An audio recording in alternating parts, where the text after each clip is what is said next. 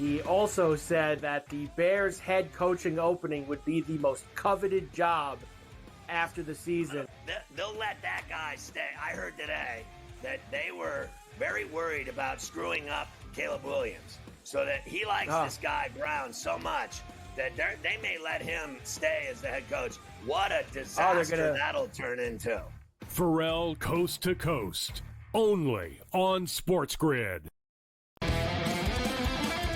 We got the NBA Cup going on. Not that anybody really cares per se about the NBA Cup. Now, I got to be honest with you. I actually did try to look of like, okay, like what does it mean like for the NBA Cup? Like who's playing for what here? I lost interest and I gave up after about 30 seconds. And I was like, you know what? Whatever, dude. There's NBA games. Sports Rage tonight, only on SportsGrid. OU is definitely better than Syracuse. Miami's lost by 4 and by 5. But that offense is so good. Right. You cannot run away from them. But the perception is, if we're talking about those two teams, Oklahoma's just this blue blood program, and Syracuse and Georgia Tech are not. Right. So that's why we give you a reason to keep out Miami from the playoff. Game time decisions, only on SportsGrid. It's a new era in CFP to start off this year, put on full display. My take on this game is simple. I know some people will be upset about it. Good riddance to the Pac-12. Can you do it in terms of a week-to-week-to-week? I don't see a pathway for this team to miss the college football playoffs. We want to make sure you have those best bets in the entirety of our betting cards. That was thinking! But he had that program was already going there! Only on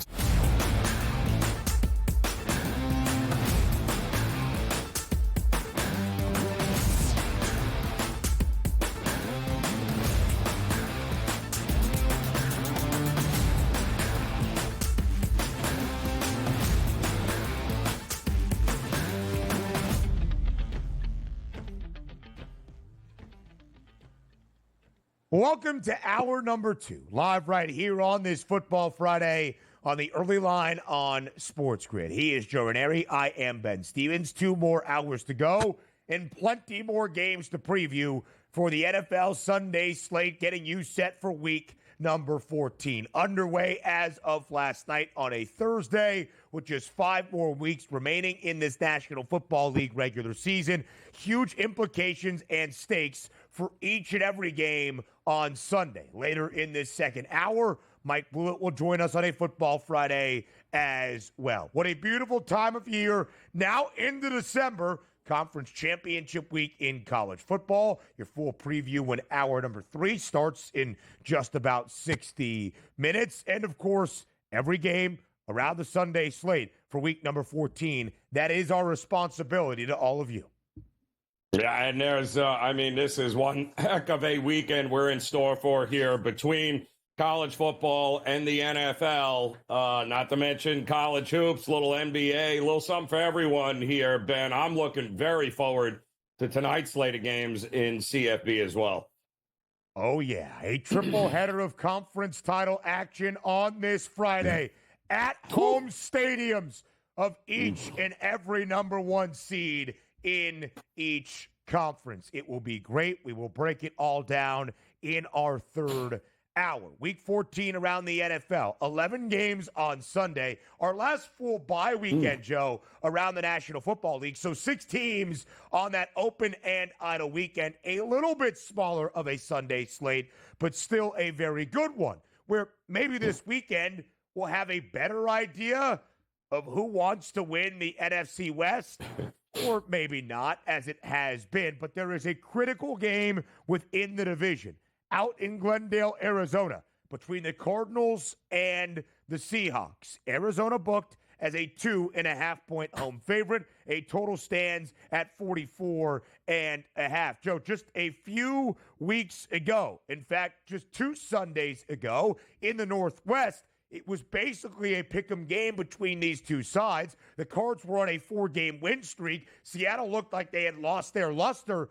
Seattle wins at home 16-6. The Seahawks have won 2 straight. The Cardinals have dropped 2 in a row. Now it's Seattle that enters Week 14 at 7-5, a game lead over both the Cardinals and the Rams, who are each an even 500, 6-6 for the top spot in the division, which makes Sunday even all that more significant. Again, Arizona, 2.5-point home favorite. Will the Cardinals even up this season set against the Seahawks on Sunday afternoon? I do think they will, Ben. I do like the Cardinals in this one. It's not a great spot for Seattle at all. Now, of course, had to travel across country to go to the Jets and play in that most ridiculous game. Then they had to fly back home. Now they got to fly to Arizona to take on a division rival in which they just played a couple of weeks ago here. So I do think that they have some regrets in that first game. But that first game was very telling, I think, for both these teams. Number one, Seattle's offense has not been good here at all as of late. They do just enough. They did just enough. In fact, a pick six, I believe, was the only touchdown the last time they played a couple of weeks ago. That was the only touchdown in the game. Both defenses, I think, are clearly more consistent and better than what the offenses have shown for both the Cardinals and Seattle. It's not a great spot for Seattle. I like the Cardinals, but Ben, I love the under even more. We got a 13-6 game last time. What do we think we're getting with these two offenses and the way these two defenses are playing? Forget about the Jet score. Everything came from special teams, pick sixes, all this. The Seattle's having a problem scoring, and Arizona's red zone offense is having problems scoring. I think this is a whole lot of playing between the 20s and field goals and not a ton of touchdowns in this game.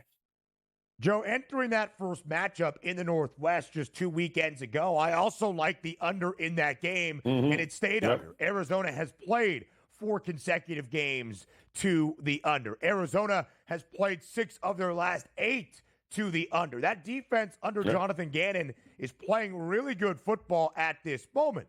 And under Jonathan Gannon, in his second year out in the desert as the head man, the Cardinals have been a great underdog. Last year, they were 9-8 against the spread, a team not expected to win many games, booked as an underdog in all 17.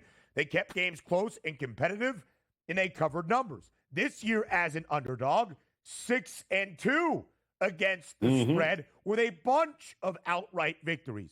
Joe, they have only won 2 games this year, booked as the slight favorite. As a pick'em favorite week 2 against the Rams, blew out LA at home, 41-10.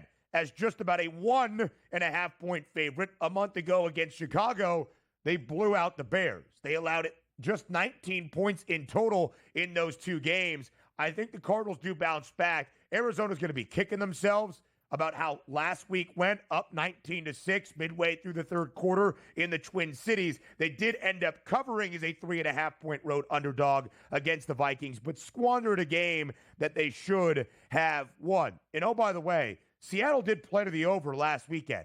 But as Joe mentioned, kick return touchdown for the Jets, 92-yard pick six, INT return for the Big Cat in Leonard Williams.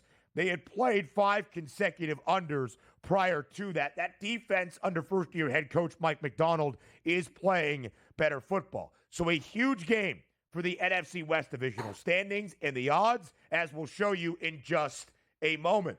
Joe, if there's any hope for the San Francisco 49ers to crawl their way back into divisional contention and thus a playoff berth, it is paramount that it will start on Sunday in Santa Clara. But as we know, the 49ers season has been defined by injuries. Christian McCaffrey and Jordan Mason, both on injured reserve.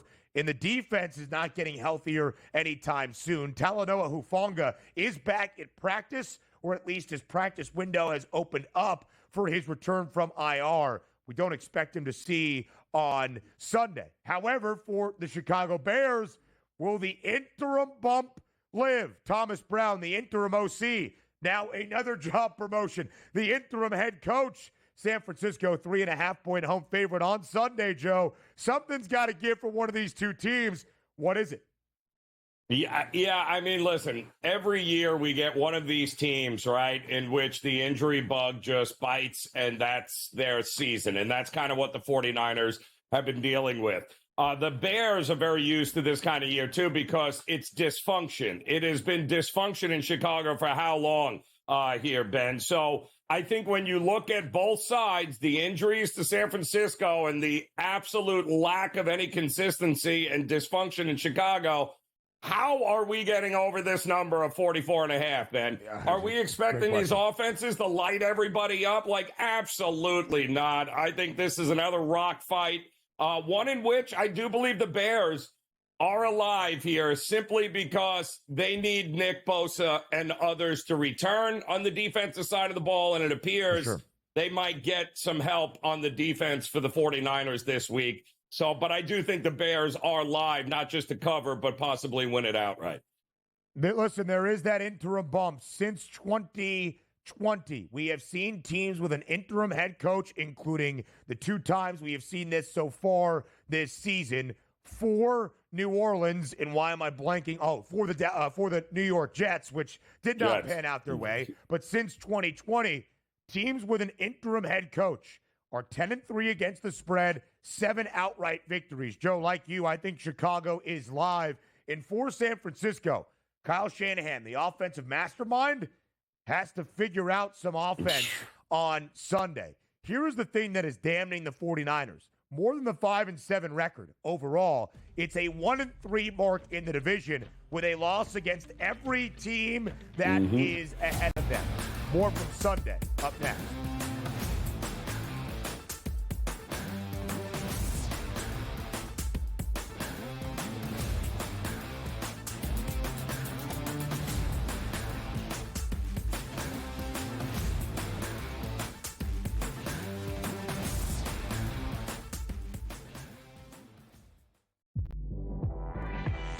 She was recruited to Oregon partially by, guess who?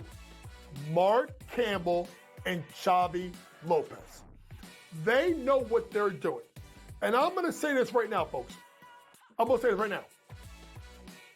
Mark Campbell is one of the 5 to 10 best coaches in women's college basketball right now. Betting above the rim.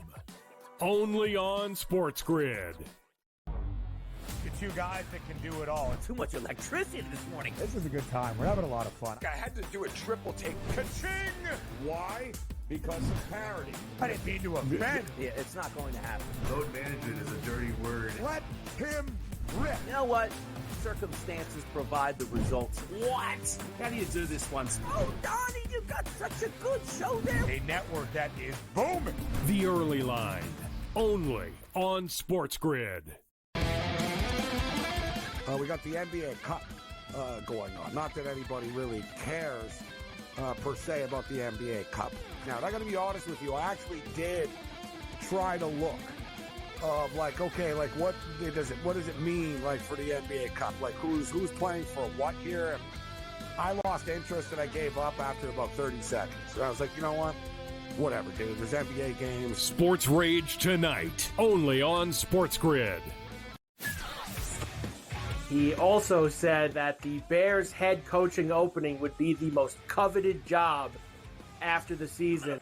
They'll let that guy stay. I heard today that they were very worried about screwing up Caleb Williams, so that he likes this guy Brown so much that they may let him stay as the head coach. What a disaster that'll turn into. Pharrell Coast to Coast, only on SportsGrid.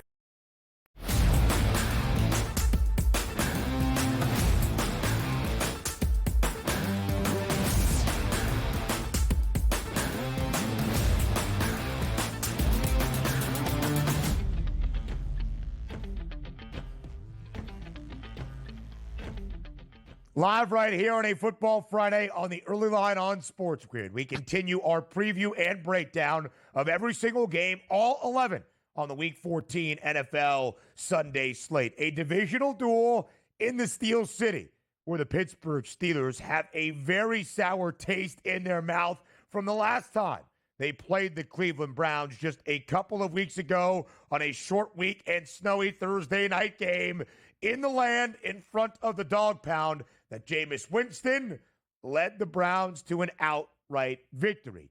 Here are the Steelers after another outright victory as an underdog last week in Cincinnati in a high-scoring shootout, 44-38, back at home as a near touchdown favorite, trying to cement their divisional lead as those odds-on favorites in the AFC North after the Ravens dropped a game at home last week against Philadelphia. Oftentimes, Joe, we talk about those spots for the Steelers. Underdog, not expected to win. Man, can they? They are a perfect 5-0 straight up, booked as an underdog this year, clinching last week the 18th consecutive non-losing season under Mike Tomlin. How about this spot in division as nearly a touchdown home favorite at Acrisure? Yeah, so listen, I think last week we got the full Jameis Winston experience, Ben, right? Monday night there against the Broncos. I mean, 497 yards and I think 171 yards he also threw to Denver. So over 600 yards of 668 yards of passing. And Jameis Winston, voila, was the story of that game. And why nobody is talking about the fact that Pittsburgh and Mike Blewitt, who's coming up, and I am sure him and every other Pittsburgh fan will attest that the Steelers went 44 games without getting 400 yards of offense under Matt Canada.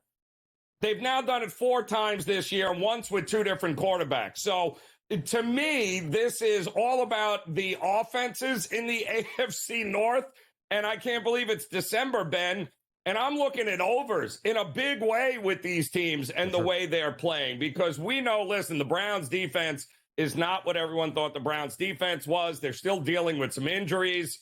This feels like if it ain't broke, don't fix it. Both these guys, Russell Wilson and Jameis Winston, I think they're going to have big games against the secondaries, and I expect a ton of points. It's an easy over for me here. Russ, who had thrown for more than 400 yards for the first time last weekend since 2019 when he was still playing in Seattle. His props for this weekend, 231 and a hook against this Browns secondary that is pretty good, but allowed nearly 300 yards against Bo Nix on Monday night. Jameis Winston threw for nearly 500 and gave you the full Jameis experience. Nearly 500 passing yards, 497, 4 touchdowns, but 3 interceptions, including 2 pick sixes in that third and final INT that sealed a cover for Denver as well. Joe, if Cleveland wins outright, as they have twice with Jameis Winston in divisional games as an underdog, they cover. This year, they are 3-9 straight up. They are 4-8 against the spread. 3 outright victories in those games booked as a dog. Only 1 cover still for the Browns, although they probably deserved one, I guess, on Monday night at Mile High. Still only 1 cover for Cleveland in any of their 9 losses this year. And although Pittsburgh is not the best favorite, at least in comparison, as they are as an underdog so far this season, 4-3 both straight up and against the spread, I do not believe that Pittsburgh loses this game outright again to Cleveland. Now, to your point about that total, 43.5, 5 games for Jameis Winston that he has started. Cleveland over in 4 of 5. Russell Wilson, still only the starter 6 times for the Steelers, over in 5 of 6. So a big one in the division. And just to keep an eye on it, Pittsburgh did not enter last weekend as the favorites to win the AFC North.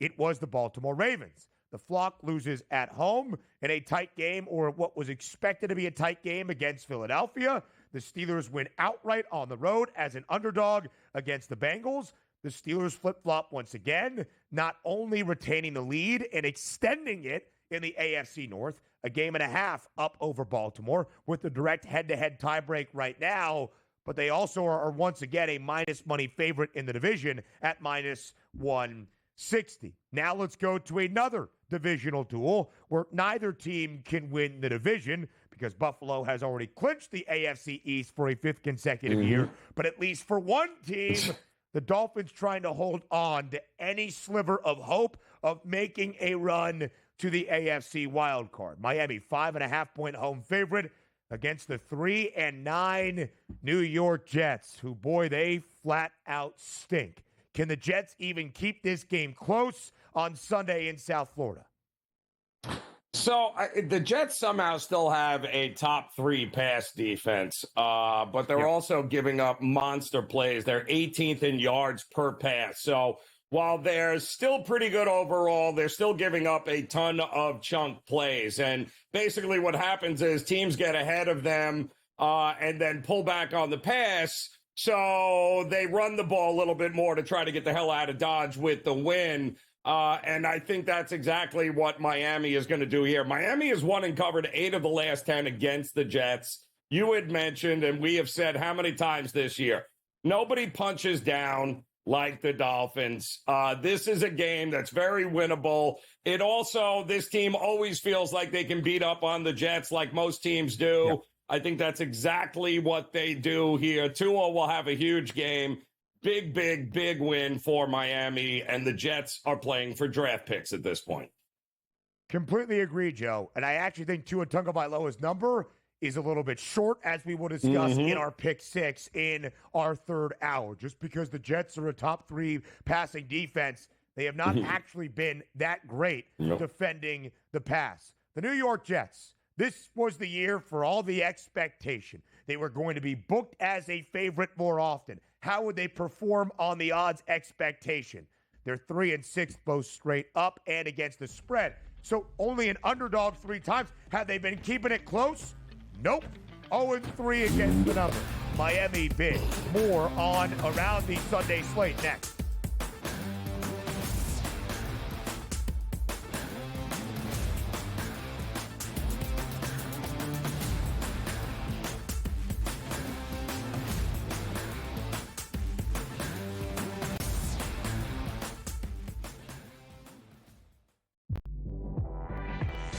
She was recruited to Oregon partially by, guess who?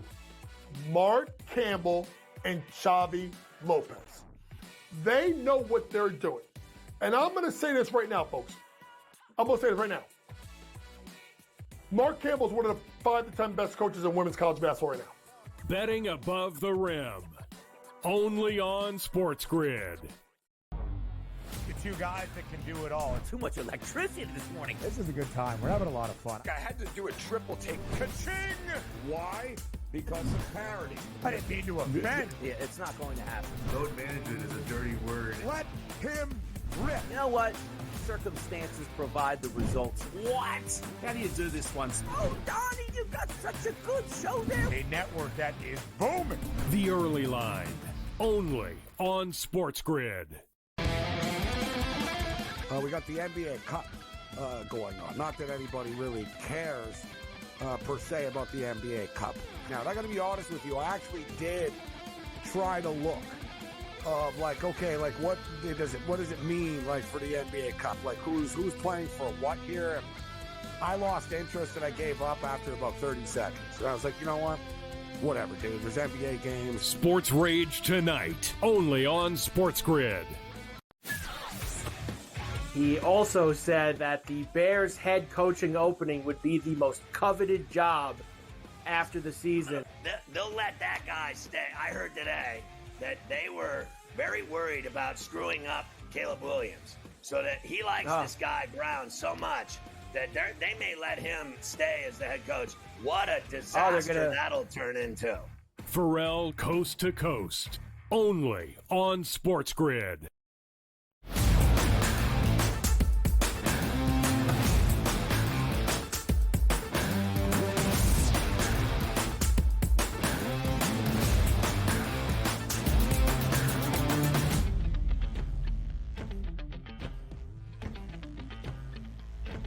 We continue to preview the Week 14 Sunday slate live right here on a Football Friday on the Early Line on SportsGrid. Joe, if you look at the odds for our next game to discuss in the Twin Cities, it would seem rather simple. The Vikings, 5.5-point favorite, a 10-2 football team that is covered in 8 of their 10 wins. Minnesota should cruise against an Atlanta team. Oh boy, they have dropped 3 straight. Kirk Cousins has thrown 6 interceptions in total in these 3 consecutive losses. They haven't covered in 4 in a row. This should be simple for the Vikings. And yet I feel as though this weirdly might be the spot for the Dirty Birds to strike an upset. How do you feel about this Minneapolis matchup on Sunday? So Kirk Cousins gets to go play with the team that he left for the bag of money that Atlanta was giving him. My goodness, what fun is this game going to be? And I'm kind of with you here. Listen, the thing that impressed me the most about Atlanta last week has nothing to do with Kirk Cousins and the 4 INTs, because you're always going to get that from Kirk Cousins. It's who he is. Yeah. But, Ben, the whole knock on Atlanta was defensively they couldn't get to the quarterback. They couldn't get any pressure. They couldn't get any sacks. They had no edge rush. They had nothing. And then I'm watching Atlanta defensively last week finally put it together, and they were hitting Herbert left and right. He was under constant duress. If that defense shows up here against Minnesota and does that to Sam Darnold, yeah, you could get the Sam Darnold version of Kirk Cousins last week with 4 interceptions. So I think Atlanta very much live in this one here. I think the 5.5 is kind of it tells you everything, Ben. Why 5.5? So it's not quite a touchdown, but it's still more than a field goal. It's kind of in no man's land, that number. I think Atlanta is very much alive to not only cover, but win this game outright. The Vikings won their first 5 games of the year, one of the remaining undefeated teams along with the Chiefs in the National Football League through the opening month. Plus, they covered in those first 5 victories. They dropped 2 straight, did not cover in either of those 2 losses. Now they have won 5 consecutively again, but they are just 2-1 against the spread. Minnesota has gone under in 8 of 10 victories. I'm not sure how many points we see, because I think the best part about the Falcons is that defense, weirdly enough, right now. Atlanta has let me down, Joe. They've gone under in 4 straight. Yeah. I thought this was going to be a team that would score so many points this year. They would be such a fun overbet week in, week out. They have not. Kirk Cousins needs to play cleaner football, but with the revenge game as the big factor here in Minneapolis, I do believe the Falcons are live. Now, Atlanta is a 6-6 team straight up. They are 5-7 against the spread. They have not been a good football team, but they are better on the road, 3-2 ATS, as opposed to at home in the A, 2-5 against the number. You know who also is a really bad football team? That would be the Las Vegas Raiders, riding an 8-game losing skid with a 2-10 record, already eliminated from playoff consideration. The Tampa Bay Buccaneers are not. The Falcons are the favorites to win the NFC South. But in the win-loss column, both teams, the Dirty Birds and the Bucs, are both 6-6. What hurts Tampa, despite them playing much better football than Atlanta currently, is the fact the Falcons swept the season series against the Buccaneers. But the Bucs, if they just win more games than the Falcons, doesn't matter about that tiebreaker. They're 6-6, and they're a 6.5-point home favorite against the Raiders. Las Vegas, Joe, hasn't been even overwhelmingly competitive in these 8 consecutive losses. Do you think they keep this game close? It's now under a touchdown despite what you see on the screen. Yeah, it is just under a touchdown, but man, it's hard to get behind Vegas, isn't it? Coming off of their dreaded rival there, Kansas City, in a game they should have won. Just not good. Now, of course, they've got to fly across the country to take on a team that they never see and know nothing about for the most part. It feels like this is where Baker Mayfield and Mike Evans and company show up and show out. Bad offensive game for Tampa last week, but it didn't cost them. I think they right the ship offensively against this Vegas team this week. As do I, Joe, as do I, because the Raiders have been allowing a crap ton of points in this 8-game skid. Over in 6 of 8, at least 27 points scored by the opposition. in 6 of 8 as well. Think Tampa wins rather comfortably on Sunday at home. Mike Blewitt joins us up next.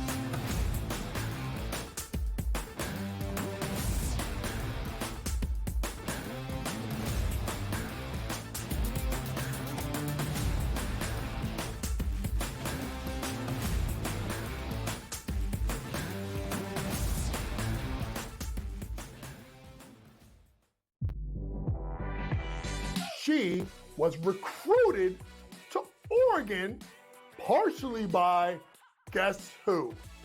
Mark Campbell and Xavi Lopez. They know what they're doing. And I'm going to say this right now, folks. I'm going to say this right now.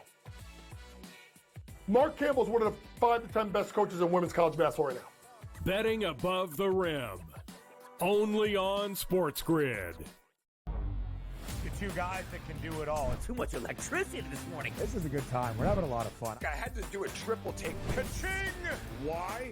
Because of parity. I didn't mean to offend. Yeah, it's not going to happen. Load management is a dirty word. Let him rip. You know what? Circumstances provide the results. What? How do you do this once? Oh, Donnie, you got such a good show there. A network that is booming. The Early Line. Only on SportsGrid. We got the NBA Cup going on. Not that anybody really cares per se about the NBA Cup. Now, I got to be honest with you. I actually did try to look of like, okay, like what does it mean like for the NBA Cup? Like who's playing for what here? And I lost interest and I gave up after about 30 seconds. And I was like, you know what? Whatever, dude. There's NBA games. Sports Rage tonight. Only on SportsGrid. He also said that the Bears head coaching opening would be the most coveted job after the season. They'll let that guy stay. I heard today that they were very worried about screwing up Caleb Williams, so that he likes this guy Brown so much that they may let him stay as the head coach. What a disaster that'll turn into. Pharrell Coast to Coast. Only on SportsGrid.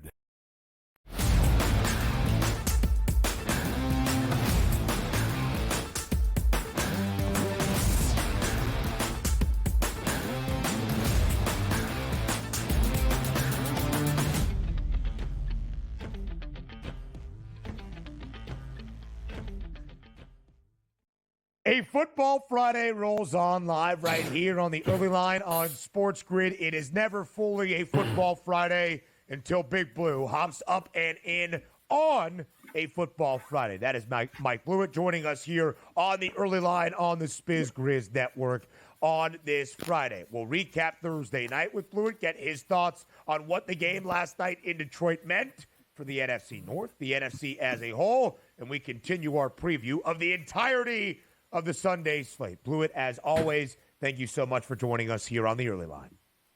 Great to see you guys. Obviously, a really exciting game last night. I was on the Packers, so I'm okay with it ending as a field goal victory. I kept betting it live when Detroit extended that first half lead, which has really been one of the key themes for them throughout the year. First of all, amazing that despite the losses on defense, they're still able to get pressure on Jordan Love when necessary. They overcame a couple of key turnovers in the second half. I know there was just the one interception, but going for it on fourth down and giving the opposing team the ball at your own 31-yard line is a turnover as well, in my mind. So they overcome both of those, get the victory. But these first halves are still incredibly impressive. 17 points. They are just not playing from behind much at all. And it's a big reason for their success, in my opinion. They're obviously very aggressive, and their ability to get the ball, I think 5 different players caught at least 5 passes. So really impressive stuff by Jared Goff after the really bad interception.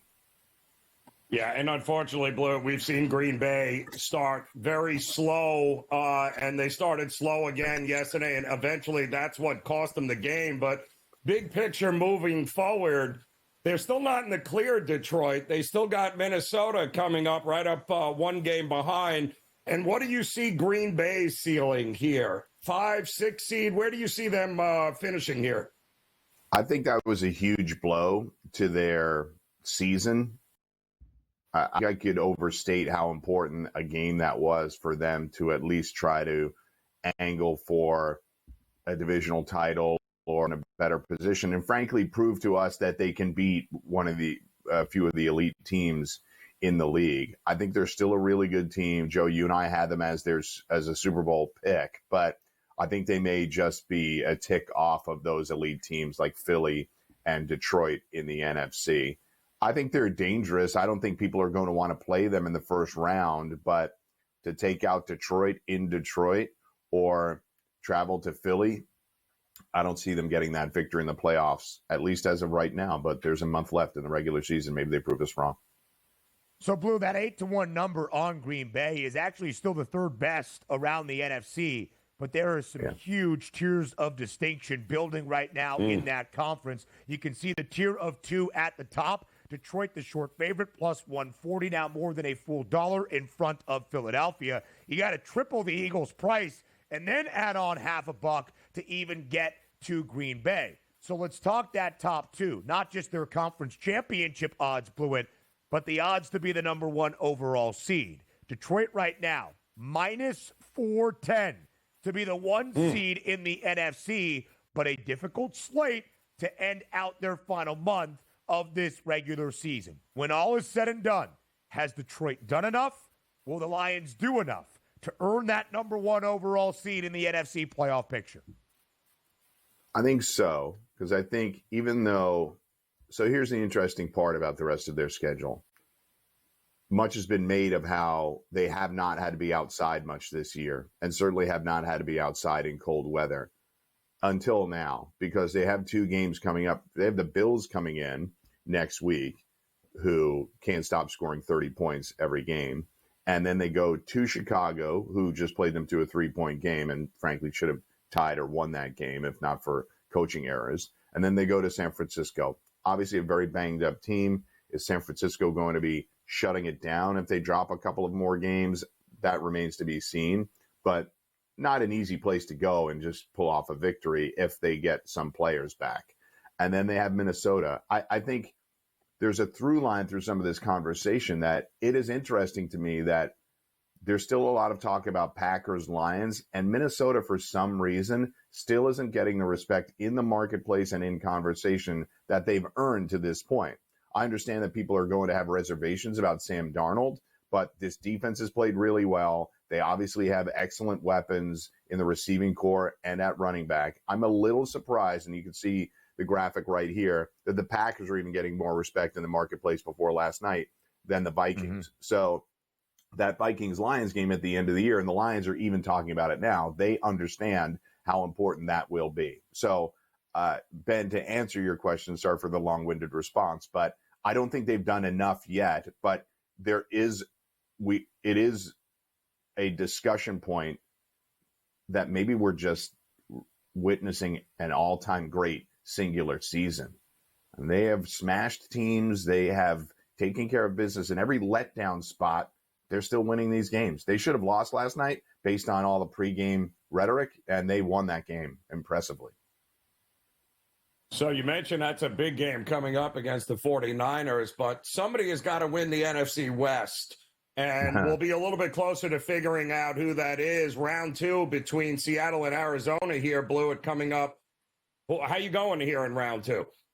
So really great game. I think I'm excited to see it. I do like the under here.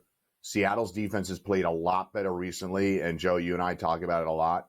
Gannon's defenses play hard, and I think they faced a lot of really good quarterbacks early in the season that made their defense look subpar, and I don't think it's that. So I think both defenses can step up here, limit the scoring. So that's my favorite angle. And Seattle's covered 3 in a row against the spread. Arizona's 5 and 6 against the number in their last 6 games. 5 of the last 6 to the under, and 6 of 8 for Arizona. So that's the way I'm leaning. I think Seattle gets the victory, but this is a field goal game to me, and I'll just play the under. Right now, it's a 2.5-point spread, working even more in favor of Arizona. So if this game does go the way of the Cards in the desert, they would be 7 and 6. Seattle would be 7-6. There's two other teams in the NFC West. Right now, the LA Rams, Blewitt, 6-6, a 3.5-point home underdog against perhaps the best team in the NFL at this current moment, at least in the AFC, the Buffalo Bills. 3.5-point number in favor of the Bills, who just claimed the AFC East for a 5th consecutive season with the win in the snow on Sunday night. So, Blewitt, when you look at this Buffalo team, will there be a drop-off like we see after a team clinches a divisional title, or will they continue to steamroll as they have 7 consecutive wins for Buffalo as they travel to L.A. on Sunday afternoon? Yeah, it feels like a letdown spot on paper, but the way the offense has been clicking, they scored 30 points 6 weeks in a row. That's not a pedestrian accomplishment. I think it's been really impressive. There's a reason that Allen is at the top of the betting board for MVP. But 3.5, I give the Rams a puncher's chance. Certainly, as a home dog, I think Stafford could keep it close. My favorite angle here is just take the Bills over what's 26.5 right now, and I'd jump on it because it's being bet to the over. And I think a 27-24 victory, a 30-27 victory sounds about right for the Bills. They can get the win and leave town with the victory. They may not have to do it in impressive fashion like they did it on Sunday night. The Bills have won 7 consecutive games. They have gone over in 6 of those 7. They have covered in 6 of the 7. They have scored at least 30 points in 6 consecutive games. But the Rams, after a 1-4 start, have won 5 of their last 7, trying to stay in the hunt for that NFC West divisional crown. We'll look at the standings and the odds up next as we continue our preview of Sunday with Mike Blewitt here on a Football Friday on the Early Line.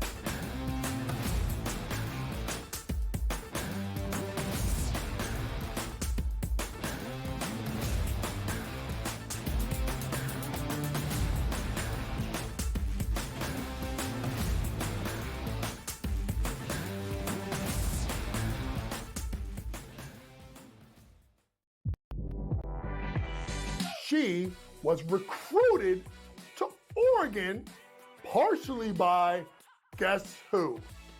Mark Campbell and Xavi Lopez. They know what they're doing.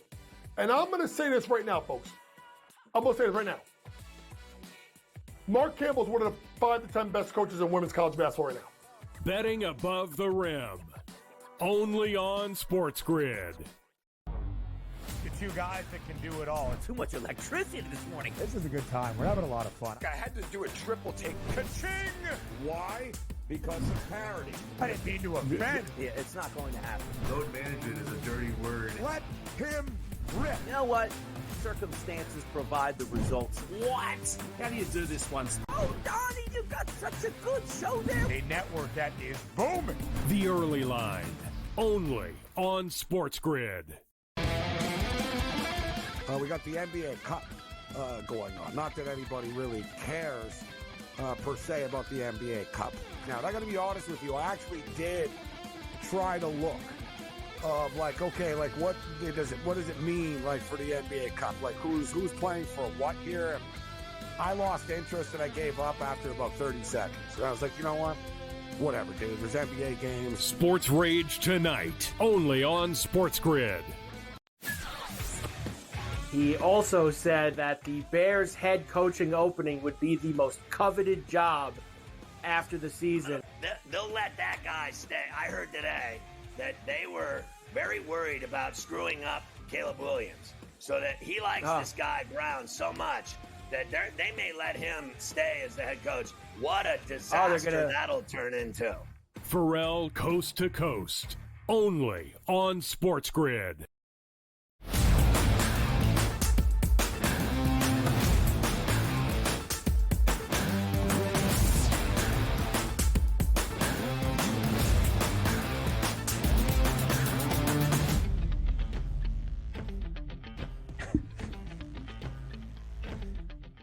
Live right here on the early line on Sports Grid, we continue to break down Football Friday. All 4 NFC West teams in action on Sunday for Week 14's slate. We've got a divisional duel and a huge one out in the desert between the Cardinals and the Seahawks. Arizona, 2.5-point home favorite. The Rams will host the Buffalo Bills, getting 3.5 points. We'll talk San Francisco in just a matter of moments. But before we get to the 49ers, because we have talked 3 of 4, I do want to look at this divisional odds and the standings of where things are entering Week 14 in the NFC West. Seattle is the only team with a winning record, but just 2 games above 500, 7-5. They are the very slight divisional favorites. In front of Arizona, the Cardinals are 6-6. The Rams are 6-6. The 49ers are 5-7 in last place, and with by far the longest price to potentially claim this divisional crown.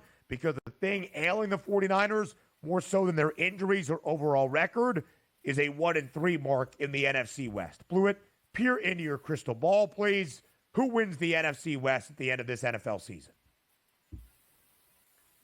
I do like elements of the Rams and the Cardinals. The problem with the Rams is I just don't know if you can count on them consistently to get stops. Fisk and Verse have been great rookie additions to the defensive line, and I think they provide some anchor for the future. But for those 2 rookies to have to step up week in, week out to help them get stops is a little bit difficult when the back 7 is probably not where it needs to be. The Stafford and the offense can really pace them in certain games, and they're always going to be dangerous. I just don't think I like where they're going to be for the rest of the year. Their schedule upcoming, they have a lot of ground to make up potentially with 3 divisional games, but they're here in New York, and they obviously have the Bills this weekend. So I just don't like the way it sets up for them. The key for Seattle for me, and I'm going to back Seattle on this, they've won 3 in a row since the bye week. I think the defense, which we had a lot of question marks early in the year, has really been a lot better lately. Leonard Williams making huge plays, not just last week, but very consistently over the last couple of months. I think that's the team that I have to back only because I've seen more consistent defensive play for them. I really would like to see the Cardinals get in the mix because I think Kyler's exciting. And having the prospect of him and Marvin Harrison in a playoff game, I think would be fun.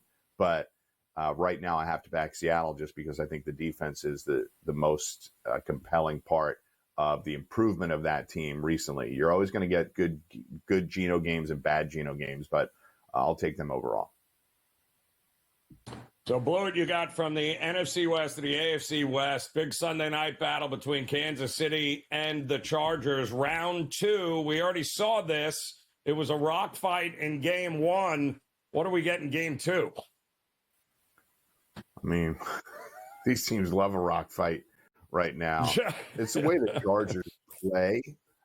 I've been thinking about this a lot recently with the Chargers is Herbert's been so efficient.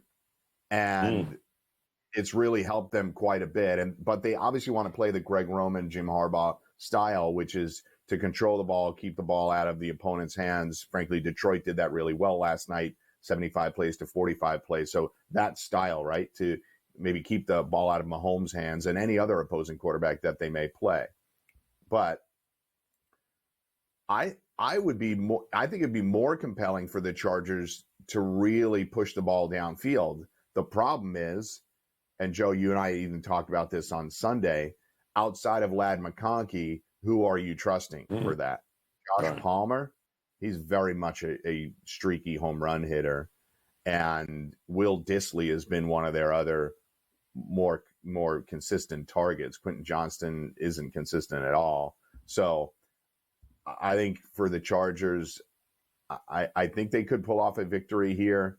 But I'm going to back the Chiefs. People are off the Chiefs right now because they haven't won any games at style points, but I'll take them in this spot. I like them against a divisional opponent that they've dominated overall for the last decade, basically. KC has not covered in 6 consecutive weeks, despite winning 5 of 6 games. But in those 5 games as a favorite, of course, they were a road underdog in Western New York against Buffalo. They laid at least a touchdown. They did not cover. When they have laid 6.5 points or less, this number is 3.5 now live. Kansas City is at least 4-1 against the spread. Keep an eye on the quarterback attempt prompts by the time we get to Sunday night. Mahomes has thrown it 33 times in 6 straight games, 37 or more, 5 of the last 6. Justin Herbert, who started the year with less than 30 attempts in 4 straight games for the first time in his 5-year NFL career, a span of 4 straight with less than 30 attempts, has now thrown it at least 32 times in 5 of the last 8. Blewitt, your Pittsburgh Steelers at home on Sunday, looking for revenge after dropping a game in Cleveland to kick off Week 12 on a short week on a Thursday night. The Steelers booked as near a touchdown favorite, laying 6.5 at home against the Browns. Will Pittsburgh get right and even the season set against Cleveland on Sunday? Yes, but I think it's too many points. The Steelers have proven that they'll win games in a lot of funky ways, but laying a touchdown doesn't feel right to me. It's obviously coming off their best offensive performance since Ben Roethlisberger was good. So 44 points and over 400 yards for Russell Wilson. So it's been a really long time since they've had an offensive performance like that. I think it's influencing the line a little bit too much. The Browns could be in the mix here for most of the game, and the Steelers win it in the fourth quarter. So I'd take the 6.5 here. Yeah, the Pittsburgh Steelers this year, 4-3 both straight up and against the spread as a favorite. All 3 losses have come when the Steelers were expected to win the game, at least even slightly outright. It's what Pittsburgh does. They're a perfect 5-0 outright as an underdog this season to total those 9 victories in the first place spot in the AFC North. We'll talk what is going to happen in Santa Clara. Will the interim bump be there for the Bears, or might the Niners right the ship? And the rest of the Sunday slate as we go rapid fire. Mike Blewitt up next.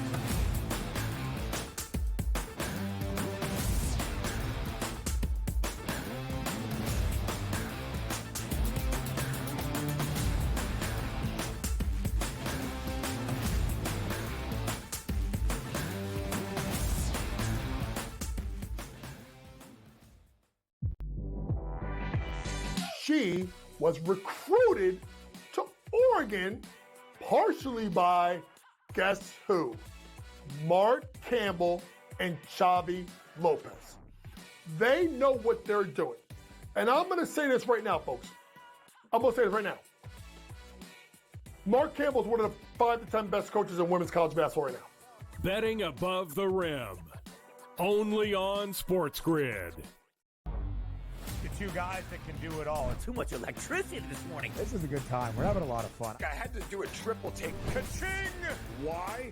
Because of parity. I didn't mean to offend. Yeah, it's not going to happen. Load management is a dirty word. Let him rip. You know what? Circumstances provide the results. What? How do you do this one? Oh, Donnie, you got such a good show there. A network that is booming. The Early Line. Only on SportsGrid. We got the NBA Cup going on. Not that anybody really cares per se about the NBA Cup. Now, I got to be honest with you. I actually did try to look of like, okay, like what does it mean like for the NBA Cup? Like who's playing for what here? And I lost interest and I gave up after about 30 seconds. So I was like, you know what? Whatever, dude. There's NBA games. Sports Rage tonight, only on SportsGrid. He also said that the Bears head coaching opening would be the most coveted job after the season. They'll let that guy stay. I heard today that they were very worried about screwing up Caleb Williams, so that he likes this guy Brown so much that they may let him stay as the head coach. What a disaster that'll turn into. Pharrell Coast to Coast, only on SportsGrid.